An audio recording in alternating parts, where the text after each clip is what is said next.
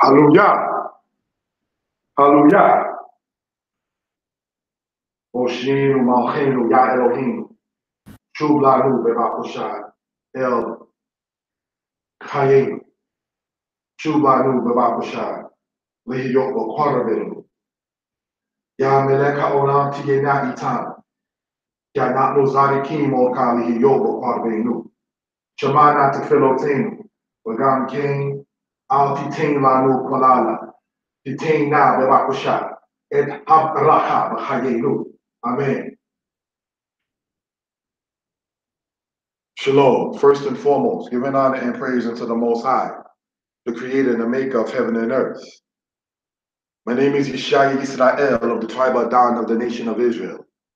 This particular teaching is a presentation brought to you from the congregation Shema Israel, located in Brooklyn, New York.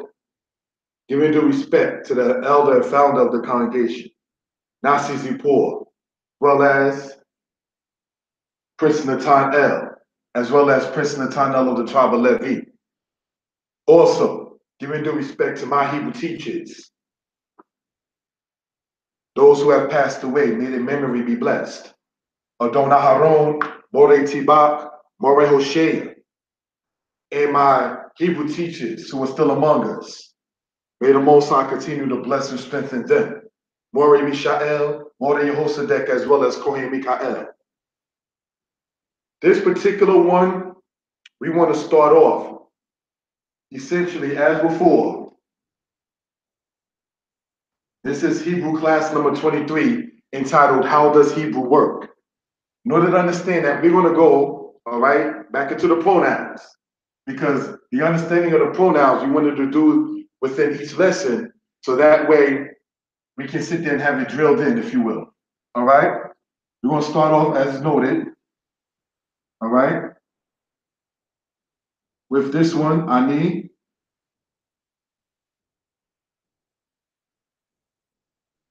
Ata,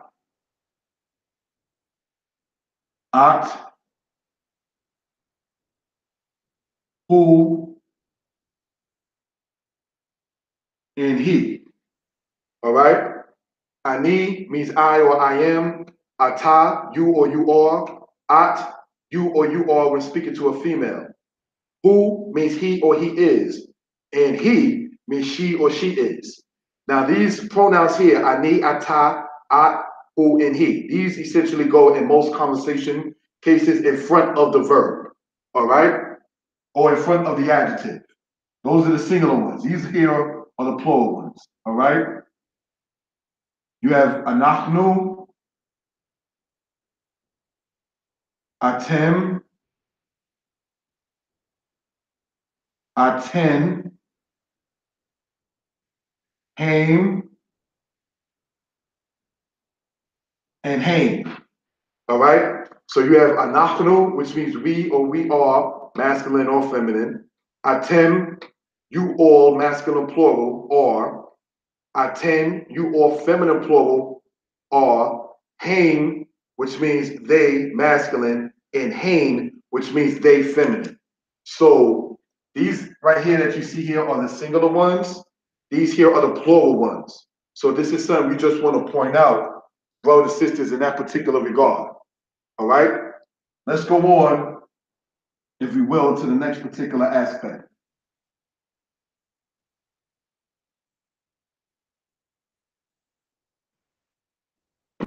So,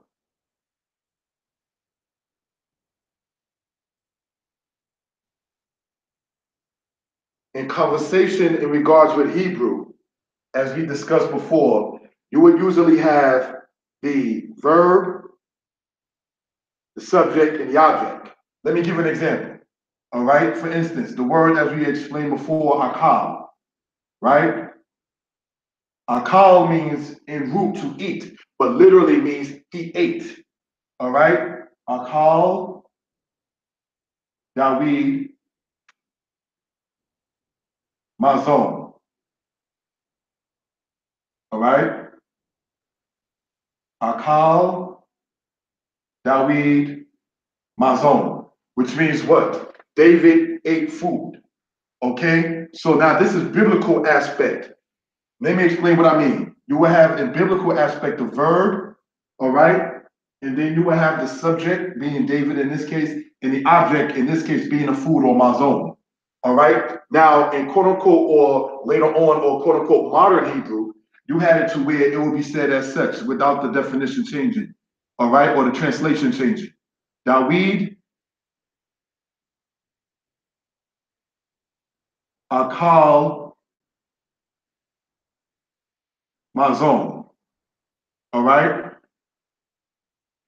So there really is no distinction except for the fact that in one case you got the verb, that is to say, the action before the subject. And in here, you got the subject, then the verb, but the translation, nonetheless, is still the same. So what am I saying in this regard and mentioning this is that you can have it either way. Neither one is more correct than the other. It's both the same as far as translation goes. All right. So that's something we just want to point out for edification purposes. All right. Let's continue on with the time allotted. Let's look at this right here. All right. You have it to where you have, for instance, I have. In Hebrew, it's said as yesh li. You have is yesh lakah. You have, now this one here is the feminine, all right, is yesh lak.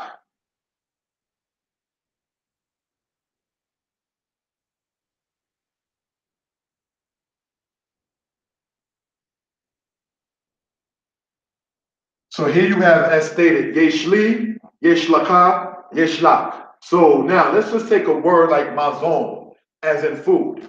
Yesh li, mazon, I have food. Yesh laka, mazon, you have food. Yesh lach, mazon, you have food when you speak it to a female, all right? Then you have he has, which is yesh lo. Now, this lo, as you may notice, ends with a waw. It's not lo that's ending with an aleph, that means no or not. So yesh lo means there is to him. Why? Because the word yesh literally means there is or there are. All right? There is to me, there is to you, there is to you feminine, there is to him. So that's one thing we wanted to point out. If you remember Hebrew lesson number 15, you had it to where this lamed signifies the two, to me, to you feminine, to him. All right, so let's go on. You have she has, which is yesh la. All right, yesh la means she has. Yesh la mazon. All right, I want to emphasize something. Now, when you're dealing with Hebrew with the vowels and you're dealing with the aspect that she has, you will begin to see what is referred to as a dagesh like that within the head. And that simply it shows you to emphasize the sound, the sound. Okay, yeshlah. So that's what we want to emphasize and point out in that particular regard. So now, even though these are the singular, I, you, he, and she, right? You can say yeshli debarim. I have things. All right. Yesh laka dabar. You have a thing. The thing that you're talking about, which is the actual object, can be either singular or plural, even though you're speaking in an aspect in singular. Like I have the singular. I is singular. But the thing that I have can be plural, such as things, such as coats, such as hangers. You understand? So this is what we just want to point out in that particular regard. Okay? Let's go on, if you will, to the next particular aspect concerning this kind of matter. All right? It goes as such. You have yesh lanu. have yesh,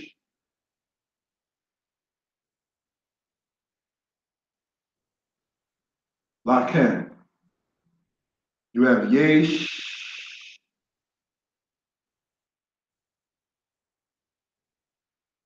lachem. Yesh,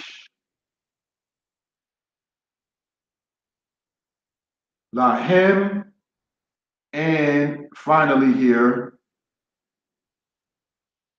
yesh, lahem. So what are we looking at, brothers and sisters, is this. Yesh lanu means essentially, right? We have. All right? You have. Masculine plural. Like if I was speaking to two or more males. All right? You have feminine plural. If I'm speaking to two or more females. Right? They have masculine and they have feminine. All right? So here we see yesh lanu, we have. Yesh lachem mazon, you have food. Yesh lachem, you have food if you're speaking to only females. Yesh lahem, speaking in the third person. They have. Yesh lahem debarim, they have things. Yesh lahen, they have. Yesh lahen mazon. Yesh lahen yeladim, they have children. They have mazon, they have food. All right, so I'm just wanting to show a little simple thing as this. You'll begin to see how advanced your conversation will go and how you're able to speak one to another and hopefully in respect and politeness about one another. All right, so this is something we want to point out for edification purposes in that particular regard. Now, in Hebrew, you know that there is the good or the bad, or should I say the bad and the good, depends on how you look at it. Now, when I say that, I'm saying this. You have I have, and then you have I have not. So we want to expound upon, in this particular lesson, this in regards to conversation aspect. All right, let's look at this. You have aim.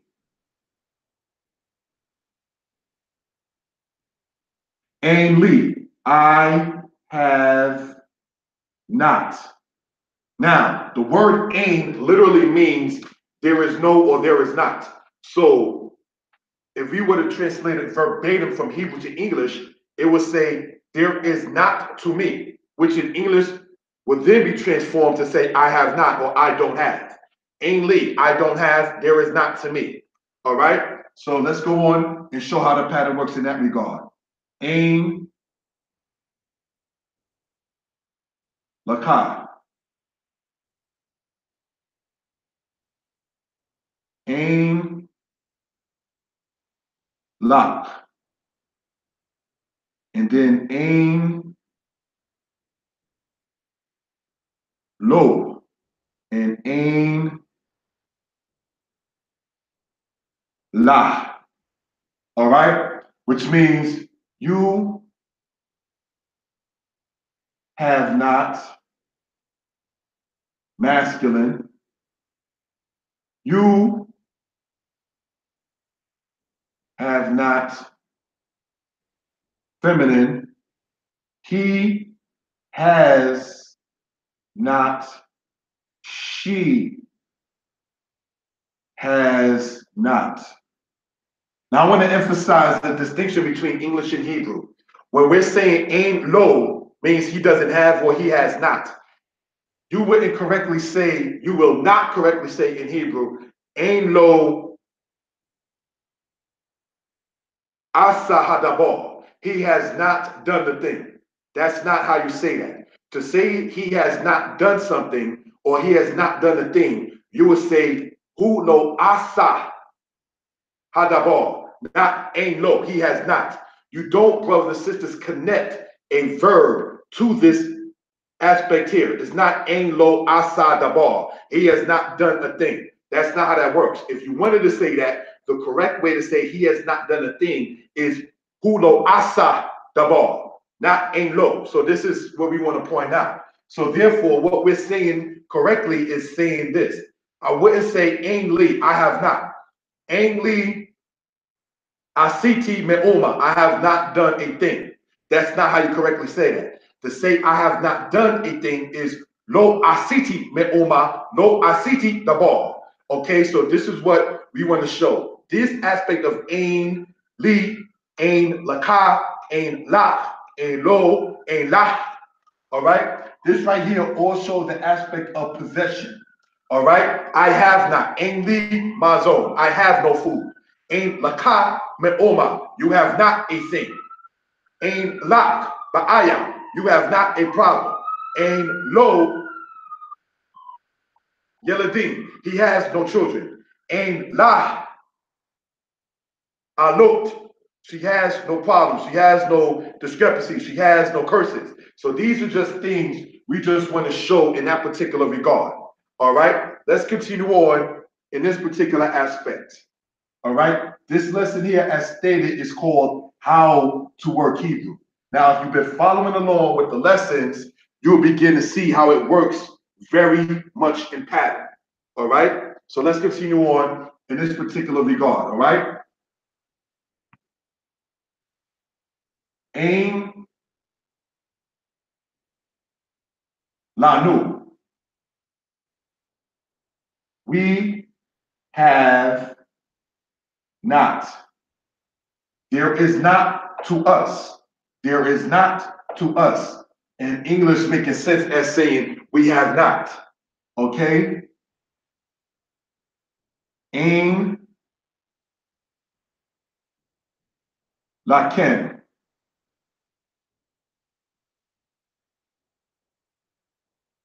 Ain laken. You, masculine plural, have not. You have not. Feminine plural. All right? Ain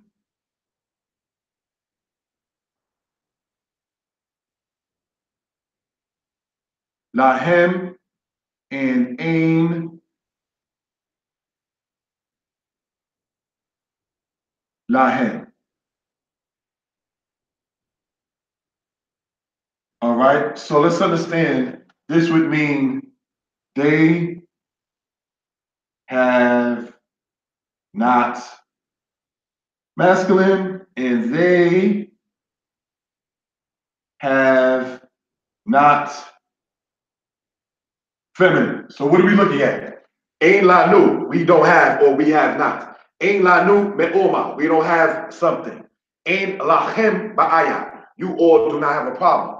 Ein lachem yeladim, you all, feminine plural, do not have children. Ein lahem me'oma, they do not have a thing. They do not have something. Ein lahen ba'ayot, they do not have problems. So I'm just showing that we begin to see how simplistic and easy it is, brothers, sisters, and elders included, to just formulate a sentence just knowing yeshli, yeshlacha, yeshla, yeshlo, yeshlah, yeshlanu, yeshlachem, yeshlaken, yeshlahem, yeshlahen. Then you have ein li, ein laka, ein la, ein lo, ein la, ein lanu, ein lachem, ein laken, ein lahem, ein lahen. Once you understand that kind of aspect, you will begin to see how advanced your conversation will go, because then you'll know how to say she has, she does not have, and so forth and so on. All right? So this is something we just want to point out, brothers and sisters, for edification purposes. Okay? So let's go on, if we will, brothers and sisters, in this particular aspect. This is, as stated, Hebrew lesson number 23, or Hebrew class number 23, entitled How to Work Hebrew. Now, let's explain something, brothers and sisters. You have, as we went over before, right, the qual stem. Now, in that, we already went over and expounded upon Sorry about that. We already expounded upon and explained, okay,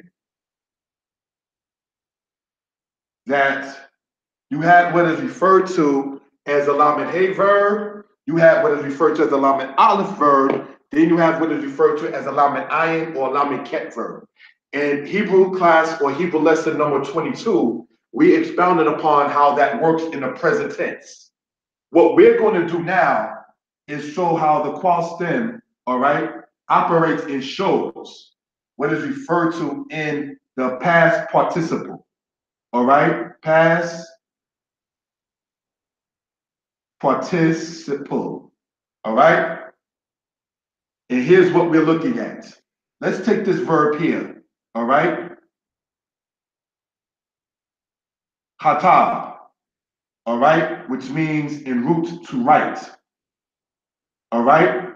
So last time we said kotab, kotba, kotbim, kotbot, right?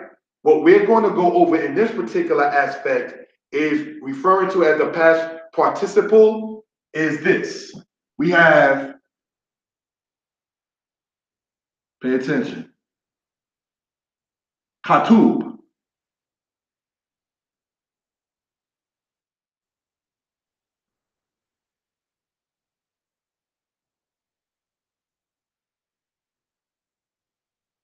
ketubah. Now this means what? Written and written. Both of them meaning the same thing, but one is masculine, one is feminine.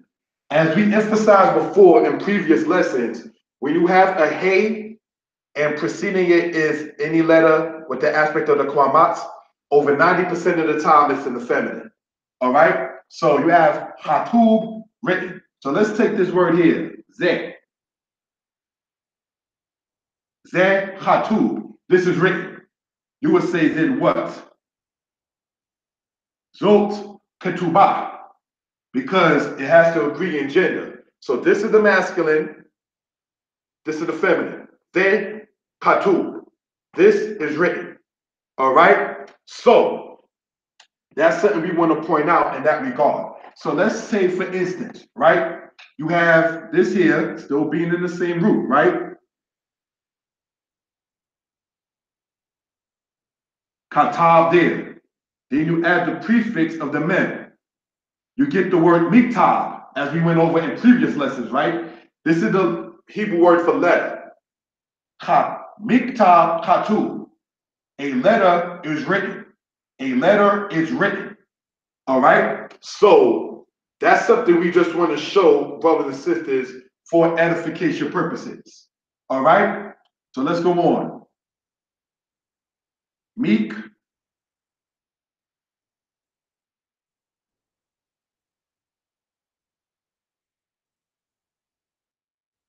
Miktabah ketubah. Her letter is written.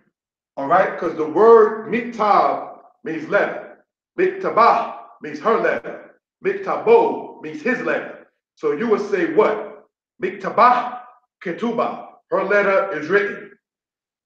Miktabo katub. His letter is written. Essentially, one would have to know the distinction with the aspect of masculine, feminine, and understanding how the past participle works.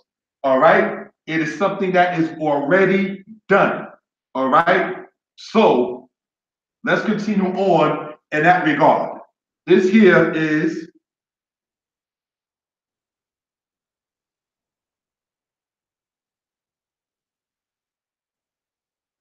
katubim. All right? Then you have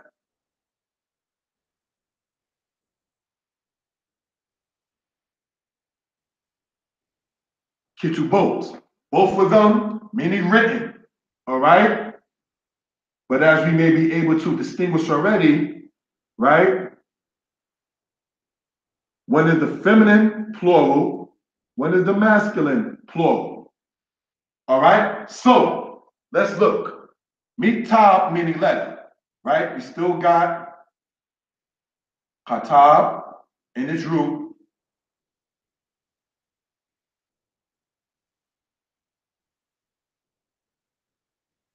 Mik tabim, letters, ketubim. Mik tabim ketubim, which means letters are written. All right? Then we have it to what? Mik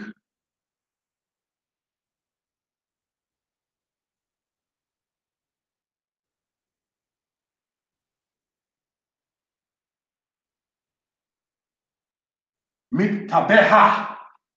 All right? Her letters are written. Feminine aspect plural. Miktabeha kitubot. All right? There is no feminine way to basically say letter for male, letter for female. So therefore, the root of that particular aspect, when you have it in a noun, right, is just already in a masculine. But you can take that masculine word and make it a feminine possession. A female can possess something that is masculine and vice versa. All right, inside of the Hebrew language, therefore inside of the Hebrew culture. So therefore, let's look. You got katab as stated. Mik tabim ketubim. Mik tabeha ketubot. Letters are written. Remember, is and are. These three are, they have no separate Hebrew word for such, but is and are. Okay, so now, when you're dealing in this particular aspect, I want to show if we can go into the scriptures or show from the scriptures, if you will. All right, let's expound upon this. Qual stem. We're going to be spending a good amount of time on that, but it's all good. All right, has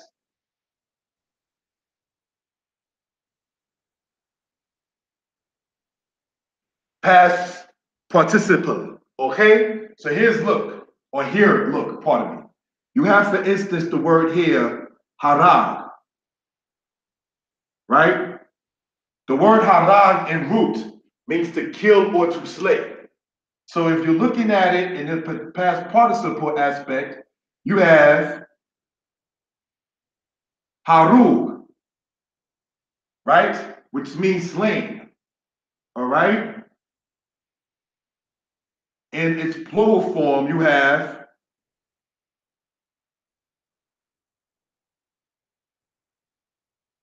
harugim, which also means slain. All right?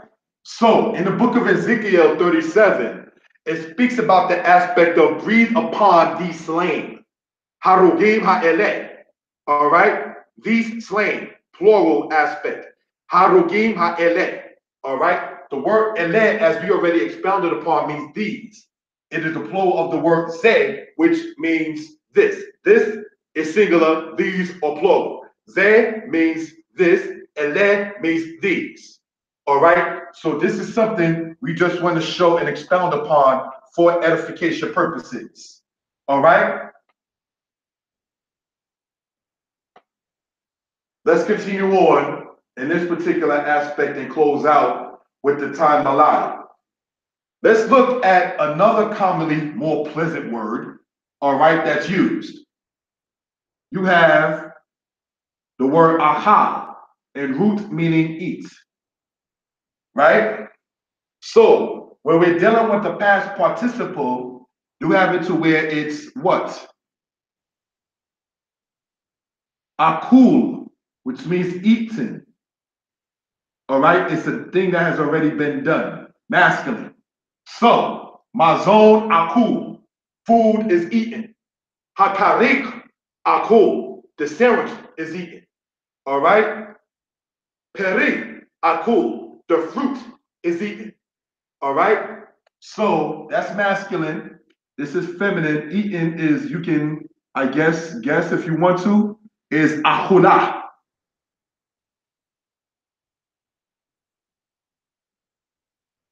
Right?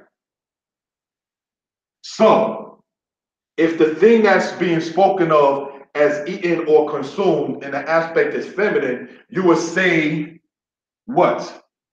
Mezonah akulah. So let's look. You have what? Mazon, which means food, right? Then you have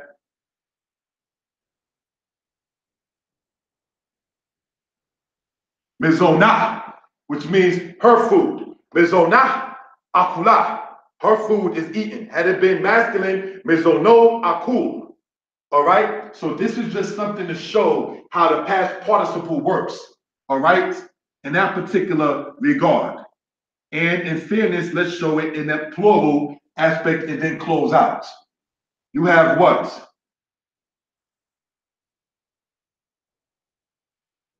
Akulim, and then you have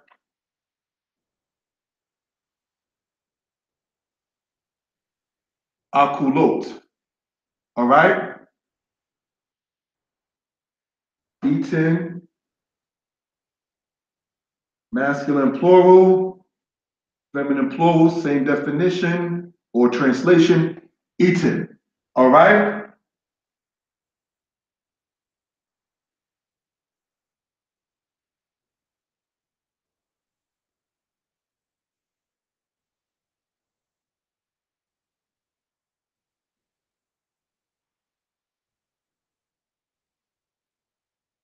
Debarim akulim.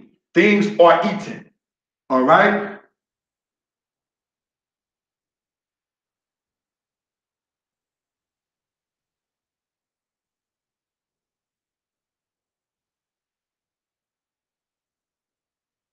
Debareha akulot.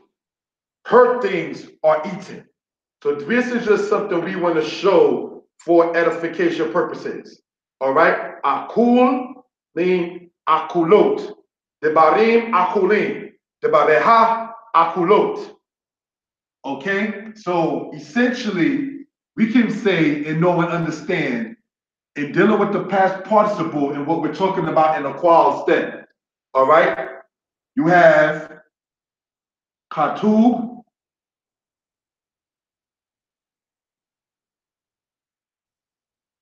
ketubah,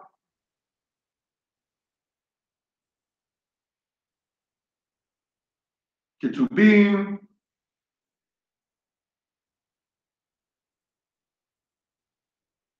and ketubot.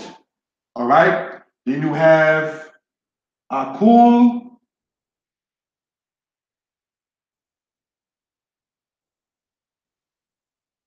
akula. And if you notice, at this point, I'm not even putting in the vowels because if you've been following along, should be a breeze at this point. All right? Akulim, but I did put the vowels in earlier. All right? Akulot. So written, masculine singular, written, feminine singular, written, masculine plural, written, feminine plural. Eaten, masculine singular, eaten, feminine singular, eaten, masculine plural, eaten, feminine plural. So this is just something we want to point out. Katub, ketubah, ketubim, ketubot. Akul, akula, akulim, akulot. So this right here just shows in the aspect we want to show for conversation aspect, the qual stem and the past participle. All right? This has been a presentation brought to you from the congregation Shema Israel. I can be contacted by text or call 908-587-4841 or kashubhut@gmail.com. All right? Again, it's 908-587-4841 or kashubhut@gmail.com. Now, I want to take the time out now in closing out, brothers, sisters, for maybe the lack of a better word, advertise, if you will. Brothers, sisters, this book right here, written 2016, blessed be the Most High. As you see here, Egypt talking writing, did the Torah come from the culture of Tameri? This book, because of the month of Abib, is on sale at a discount online. That is to say, instead of it being $20 for the month of Abib, which is the month that Pesach or Passover comes in, I have it on discount for those who are interested. This book right here explains the Exodus externally. This right here explains the wilderness wandering and the artifacts that speaks about that. This here speaks about the aspect that Yisrael is not from Isis Ra'anel. This book that we just shown, as we see right here, expounds upon the fact of the Brooklyn Papyrus, the Sedemtisi matter, the aspect of what happened with which pharaoh it was, which dynasty the Exodus happened, the 400 years discussed from Genesis chapter 15. So these are things that this book right here essentially touches upon and explains in that particular regard. All right. Also, there's later on in a later part of the book aspects of Israelite history, talking about from the Assyrian era all the way down, brothers and sisters, to the aspect of us in the United States and the West Indies. Okay, so with that, just want that to be noted. Again, this book here for the month of Abib is on sale online. You can even see it on Amazon, all right, for $16.50 for the month of Abib, as opposed to the price being $20. All right, after the month of Abib, the price goes back to regular. So let's look again. I can be contacted or called by text. Now, I want to be honest, a lot of my brothers, sisters, even my biological family, they get on me, quote unquote, I say that in love, because I text a lot. Brothers and sisters, is not to sound haughty, I wrote 3 books.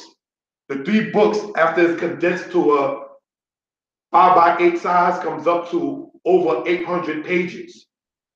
That's over typed 800 pages. I am a texter. I like to text.